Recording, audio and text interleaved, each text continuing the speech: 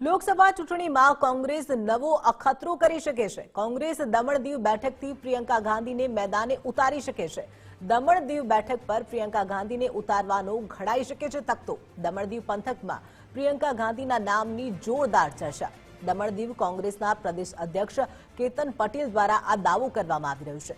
પ્રિયંકા ગાંધીને દમણ દીવ બેઠક પરથી ચૂંટણી લડાવવા માટેની તૈયારી કરી રહી છે તેવો તેમનો દાવો છે। કેતન પટેલે પ્રિયંકા ગાંધીને દેશના ભાવિ વડાપ્રધાન પણ ગણાવ્યા। તેમણે કહ્યું, ચૂંટણી જીતી પ્રિયંકા ગાંધી દેશના ભાવિ વડાપ્રધાન પણ બની શકે છે।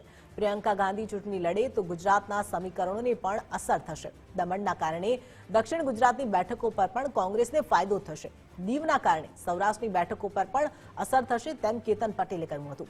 કોંગ્રેસ નેતા અમિત ચાવડાએ સવાલ પૂછતા ન કર્યો ઇનકાર। ભાજપે વર્તમાન સાંસદ લાલુભાઈ પટેલને સતત ચોથી વખત રિપીટ કર્યા છે।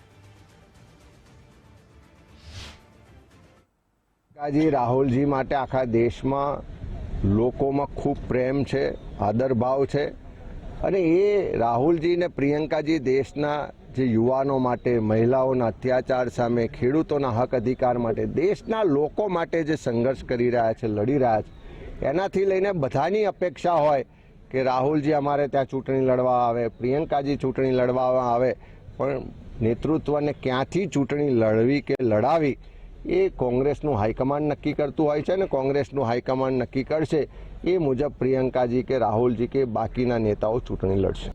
મને એવું લાગે છે કે પ્રિયંકાજીને દમણ દીવથી ઉતારીને ઘણા ફાયદા થશે, કારણ કે સાઉથ ગુજરાત હંમેશા કોંગ્રેસ પાર્ટી સાથે રહ્યું છે।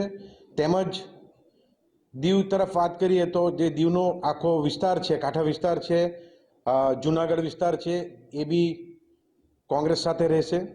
તો મને લાગે કંઈક ને કંઈક વિચારીને પાર્ટીએ આવો નિર્ણય લીધો છે એવું મને લાગી રહ્યું છે। આગામી દિવસમાં પિક્ચર ક્લિયર થશે અને તમને અમે જણાવીશું।